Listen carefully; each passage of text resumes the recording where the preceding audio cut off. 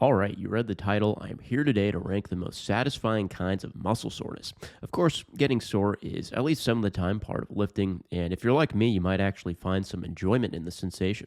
So I thought, why not throw a tier list together? But before we get started, I do just want to say that I think soreness is an overrated indicator of hypertrophy training effectiveness. If you're chasing soreness, you might skip out on some great exercises or end up doing too much work. It might also cause you to confuse poor recovery for good training, but I suppose that's all for another video. I'll introduce my four tiers here. Our bottom tier is take a month off for massive gains. This is the kind of soreness that either comes with no pride whatsoever or is just annoying.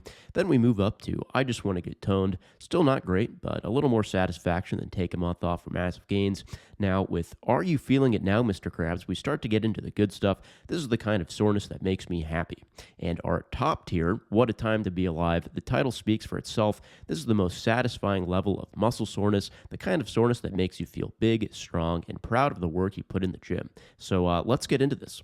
We'll start off with neck. This is the kind of soreness that makes you wonder if you should go see a doctor. Now, you might get this from direct neck work if you're new to that kind of training, but this is probably not something you want to feel very often or at all.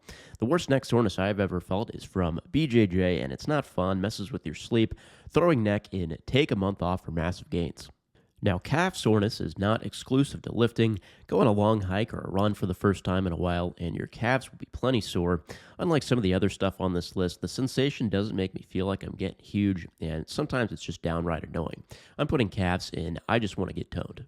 Now, chest soreness is a universally beloved sensation. We've all been there, as it's rare for even casual gym bros to skip out on chest work. There's something about this kind of soreness that is incredibly satisfying. The muscle group is front and center, and that sensitivity the day after smashing it makes you feel like you're wearing some sort of armor plate. Chest goes in What a Time to Be Alive. Next up, we have adductors.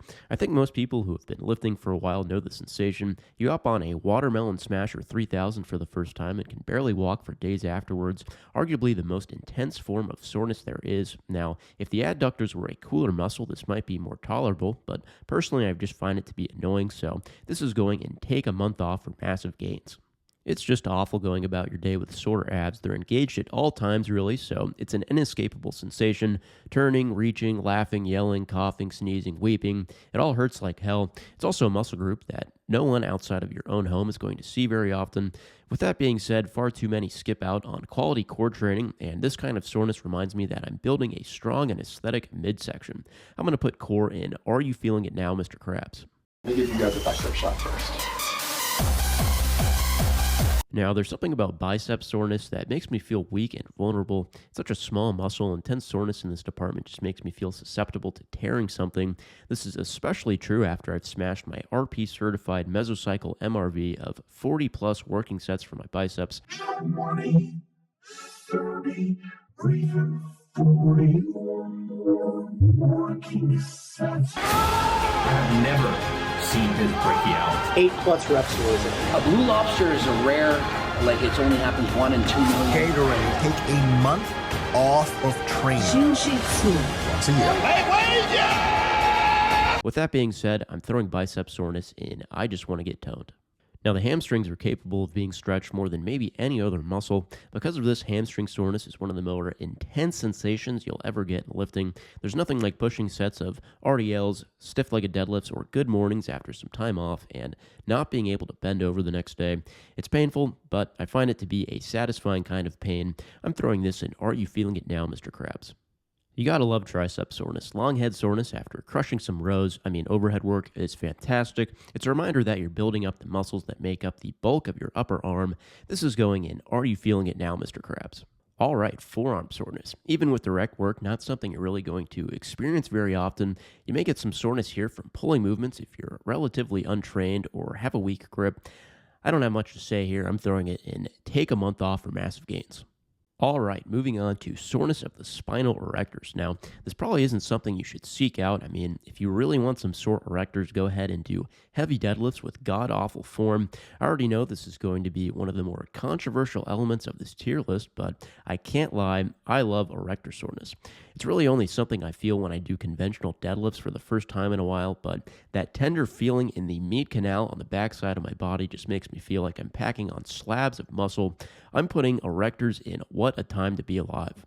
Okay, rear delts. I've never heard anyone brag about rear delt soreness, not a large muscle group, so who really cares? That said, it is an often neglected muscle, so feeling it is a reminder that you're putting in work on the little things. We'll go with I just want to get toned. Quad soreness. Now, if you're a regular gym goer, it's pretty hard to get sore quads. You really need to be pushing the intensity, and in my opinion, nothing takes more out of you than hard quad training. For me, this sensation only comes after particularly brutal sets. Sure, it may be inconvenient, but I see it as a badge of honor. Quad soreness is going, and are you feeling it now, Mr. Krabs? All right, I'm going to lump traps and rhomboids together, so think of this as upper back and traps. Personally, I find this kind of soreness to be very enjoyable. Of course, shrug variations can toast you here, but I really love some trap soreness from heavy hinging. Makes me feel like I'm getting jacked and building a powerful physique. I'm throwing this in What a Time to Be Alive. All right, soreness in the glutes. Now, some of you might hate the sensation. Of course, this is going to make all kinds of daily activities a pain, but you can't tell me there isn't satisfaction in having sore glutes after some deep squats or lunges. This is a ton of muscle mass that contributes to all kinds of classic movements, and occasional soreness in this area lets you know you're putting in work. I'm putting this in Are You Feeling It Now, Mr. Krabs? Then we have side delts. Now, I'll be honest, I haven't done a whole lot of side delt isolation over my training career. Tore my rotator cuff in high school, and lateral raise, upright row variations have never felt great for me. Also, due to the resistance profiles of most side delt exercises, it's not really a common form of soreness to get. I'm throwing this in Take a month off for massive gains. I apologize if that is harsh. Last but not least, we have the lats. If you want some sore lats, go do pull-ups and aim for a certain number of total reps, like 100. You'll be cooked the next day, and I've got to tell you, what an incredible feeling. I love having sore lats. It makes me feel like I'm building a fighter jet back. I think we can all agree this needs to go in What a Time to Be Alive. All right, that concludes the tier list. Let me know what you agree or disagree with. Check out my free training resources playlist. I have files you can use to plan out and track your training, keep a record of your PRs, and manage bulks and cuts. I also have a longer video in there that includes a couple of free programs inspired by my Most Jacked Fullback series. Those programs come with tracking files and guidance on things like substitutions, intensity, volume, and progression. That is all. Have a good day.